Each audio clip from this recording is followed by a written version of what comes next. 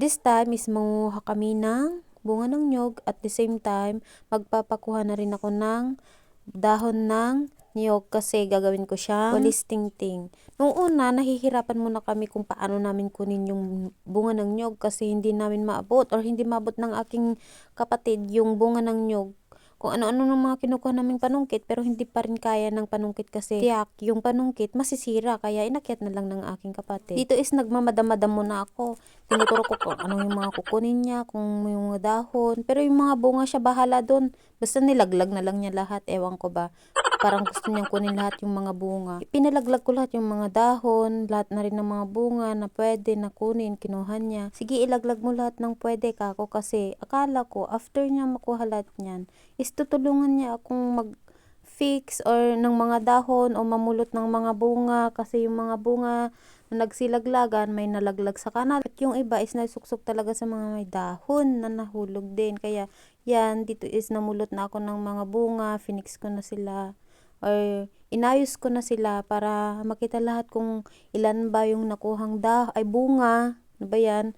Yung mga dahon, inayos ko na rin para kapag gagawa ako ng walis tingting, at least hindi ako mahihirapan kasi maayos siya, ganun lang. Sa pagpulot ng mga bunga, talagang nahirapan ako kasi yung mga iba, sa kanal sila nahulog. For sure, yung kamay ko dyan mabaho. Tapos, trick na trick pa ang araw dito, kaya pinagpapawisan ako ng sobra. Yung kamay ko mabaho, yung pawis, lahat-lahat na doon, halo-halo na. Kulang lang ng ice at saka mga ricado. Ay, char, no. Ibang halo-halo yun. Kaninang kumukuha si Ading or yung aking kapatid, nagmamadam-madam pa ako kanina kasi akala ko after niya makakuha. Kasi, tutulungan ako o utusan ko, hay nako, iniwan ako. May pupuntahan daw. Sabi ba naman, pulutin mo lahat atin ng bunga at iayos mo. Ay, char. Ayan lahat yung mga bunga na nakuha namin at dahon na na-fix ko. Ang galing-galing ko kasi yung pinag-ayusin ko ng bunga kanina sa likod. Tapos after kong naayos, naisip ko kailangan ko palang ilagay sa harap para mas madali. Kaya ayan, nagpagod na naman ako. Kung mag-isip kasi ako, advance, late mag-isip. Tuloy, doble-doble trabaho ko. Ay, saan talaga. Kung mag-isip, ewan. Dito is, naghugas ako ng kamay kasi sobrang baho ng aking kamay. Amoy kanal.